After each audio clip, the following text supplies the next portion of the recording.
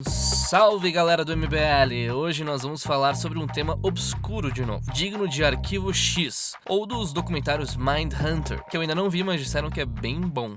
É bom mesmo? O tema é seitas e psicopatas. Mas dessa vez vamos começar com algumas indicações bacanudas para vocês conhecerem melhor o assunto. No Brasil temos um grande especialista no assunto seita política, o nosso amigo Luciano Ayan. Luciano, que já tem inclusive um livro sobre o tema, escreve no site ceticismopolitico.com, Análise Política para Adultos. Recomendamos especialmente a sua série de artigos A Arte da Seita Política, que ele agrupa, padroniza e explica diversos esquemas mentais, somatizações e mecanismos de dominação que permitem o surgimento de seitas, tanto no campo espiritual quanto no campo religioso. Também recomendamos o nosso próprio podcast, o MBLcast. Tem um episódio lá a respeito do documentário Wild Wild Country, da Netflix. O documentário é bem bom e o podcast ficou bem legal. Tem o Ricardo Almeida, o Eric Balbinos, o próprio Luciano Ayan participou do podcast e ficou bem divertido. Escutem lá, mas voltando pro roteiro então. Recentemente o diretor de cinema Quentin Tarantino, fez um filme sobre Hollywood. Era uma vez em Hollywood.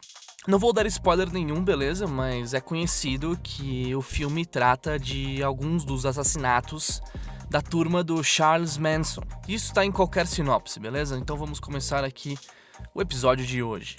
1. A vida de Charles Manson. Charles Manson. Quem foi? O que fez? Pelo que ficou conhecido? Manson foi um desses raros psicopatas icônicos, se pudermos nos expressar assim. Um indivíduo que passou da história para a imaginação popular. É a inspiração de séries, filmes, seu nome virou um sobrenome artístico até do cantor Marilyn Manson. E ainda hoje, por incrível que pareça, ele é objeto de um culto à sua própria pessoa. Felizmente, esse culto é hoje muito limitado e ficou mais limitado ainda com a sua morte em 2017. Manson passou para o terreno das lendas. Manson nasceu em Ohio, em 1934, filho de uma garçonete, a Kathleen Maddox. A relação com a mãe era conturbada, o que se repetia na relação com outras pessoas. Quando ele tinha 10 anos de idade, a mãe, uma garota confusa e promíscua que tivera ele aos 16 anos, mandou o filho para um reformatório. Manson, um típico garoto problema, vivia de reformatório em reformatório e vivendo de bicos de roubos. Entre relações homossexuais e violência, ele citava o Apocalipse bíblico, cuja leitura aprendera na casa dos tios, que eram muito religiosos. Abre aspas. E o quinto anjo apareceu, e a ele foi entregue a chave do poço sem fundo, fecha aspas. Finalmente, em 1951, ele foi preso pela primeira vez. Na prisão, conheceu sua esposa e mãe do primeiro filho. Por um tempo, disse que se tentou viver uma vida normal, mas fugiu e continuou fazendo roubos de carros e se envolvendo com prostituição.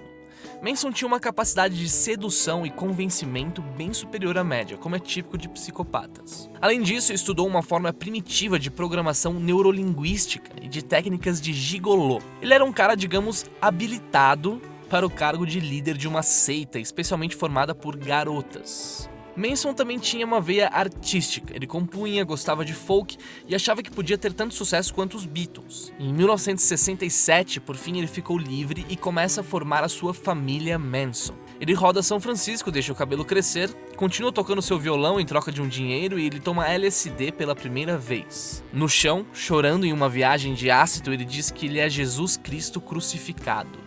Nesse contexto, conhece uma bibliotecária, Mary Brunner, que se apaixona perdidamente por ele. Em Haight-Ashbury, vizinho de Janis Joplin, ele vai seduzindo garotas e trazendo-as para sua casa, formando uma espécie de harém hippie. Pouco tempo depois, ele leva sua trupe de garotas e alguns rapazes para o rancho Spahn, de onde ele vai continuar a manipulação mental da seita e então comandar seus acólitos para aterrorizar o mundo com crimes bárbaros. 2. O movimento hippie. O Rancho Spahn era um lugar estranho, mas aparentemente não mais estranho do que qualquer enclave de um grupo hippie norte-americano. O movimento hippie, surgido nos anos 60, foi um poderoso movimento de contracultura. A filosofia hippie se baseava na negação da modernidade, na famosa bandeira Peace and Love, paz e amor, no uso de drogas para ampliar as portas da percepção. Entre happenings artísticos e realizações performáticas, os hippies chegaram a lançar até um porco como candidato à presidência dos Estados Unidos, o Pegasus. e também a somar vozes no coro contra a Guerra do Vietnã. No Brasil, os hippies fizeram um acampamento na Bahia. Sim, a Bahia já teve o seu grupo hippie, na bela praia de Arembepe. Por lá passaram a incrível e talentosa Janis Joplin, cantora visceral, Mick Jagger e muitos outros adeptos do movimento ou simpatizantes parciais. A aldeia existe até hoje e continua atraindo adeptos da filosofia hippie. Os hippies, como a geração beatnik anterior, de Kerouac e o seu On the Road, era uma expressão do descontentamento das jovens gerações com tudo aquilo que representava a cultura da repressão. Guerra, repressão sexual, religiosidade cristã, tudo isso era subvertido pelo movimento hippie, que buscou suas referências no Oriente Hindu, na filosofia ahimsa da não agressão e alguns clássicos da literatura sobre as drogas e a sua relação com a espiritualidade, como The Doors of Perception, de Aldous Huxley, que inspirou o nome da banda The Doors, inclusive. If the doors of perception were cleansed, everything would appear to man as it is, infinite. Na frase do poeta ocultista e alquimista William Blake, uma das grandes inspirações históricas do movimento ocultista na poesia. O filósofo alemão Peter Sloterdijk, em A Crítica da Razão Cínica, observa que a inspiração mais remota do movimento hippie é a filosofia de Diógenes, o fundador da escola grega do cinismo. Diógenes, que vivia em um barril e impressionou seus compatriotas pela sua radical autarquia, o ideal de não precisar de absolutamente nada, foi a contestação mais poderosa da cultura grega. Ele encarnava a destruição de todas as convenções e a redução do ser humano à sua pura expressão animal, perfeita, vazia de apegos, o impulso Knickey. O filme de Tarantino, Era Uma Vez em Hollywood, apresenta o rancho e os próprios hippies em traço satírico. Como vocês sabem, Tarantino é um mestre da sátira escrachada e do humor negro com doses massivas de violência kitsch. E é exatamente isso que é retratado no filme. Toda hora se faz um pouco de caso dos ripongas e o auge disso é a cena final. Relaxa, não vou dizer qual é, mas por favor, assistam o filme, tá realmente bem legal. Pra não aumentar tanto as expectativas, é um filme diferente de outros clássicos do Tarantino, mas mesmo assim muito bem feito, passa uma vibe bem legal sobre Hollywood naquela época, assistam.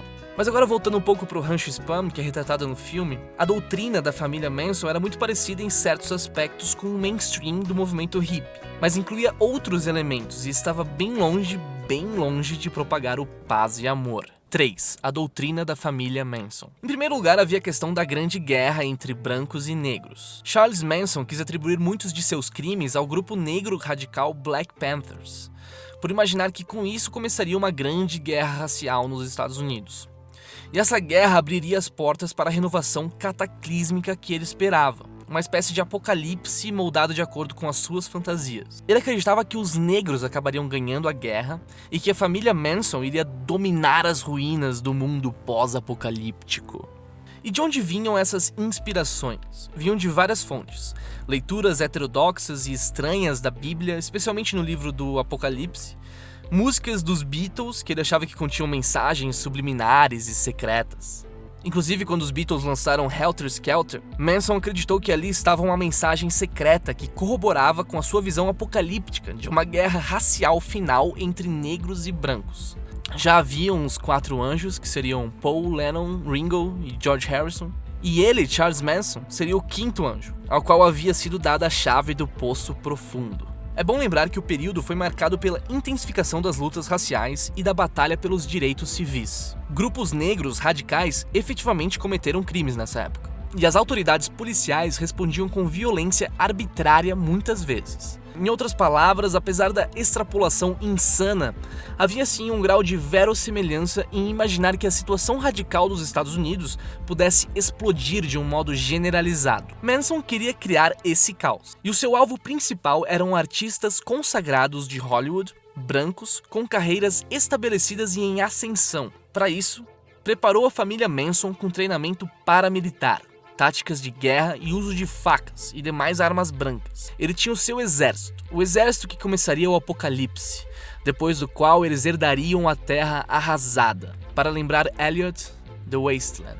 Por isso, em 1969, ele ordena que seus adeptos entrem numa mansão em Cielo Drive e matem quem lá estivesse. Abigail Folger, herdeira de um império de café, o escritor Wojtek Frykowski e Stephen Parent seriam trucidados. Com eles, a esposa do jovem diretor de cinema Roman Polanski, a belíssima Sharon Tate, que estava grávida inclusive, também seria assassinada.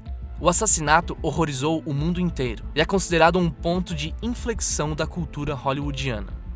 A partir dali, começou uma onda de paranoia. O que teria sido aquilo? Um crime racial? Uma disputa de traficantes? Um ritual satânico? No segundo dia, a família Manson esfaqueou o casal LaBianca e de lá partiram e foram embora se resguardar, aguardando o apocalipse. Como se pode ver, o apocalipse não veio. O que veio foi a prisão de Charles Manson, por uma razão que não tinha a ver com o caso. Foi por roubo de carros, que eles ainda faziam para custear as despesas da seita. Na cadeia, Susan Atkins confessou rindo para uma colega de cela que tinha entrado em uma espécie de orgasmo enquanto esfaqueava Sharon Tate. A partir daí, a polícia foi ligando os pontos até compor o mapa dos crimes de Manson. No julgamento, televisionado e assistido por milhões, ele seria acusado da mentoria intelectual dos assassinatos. Ali já preso, quando lhe perguntaram quem ele é, o que foi que Manson respondeu? Tell me in a sentence who you are.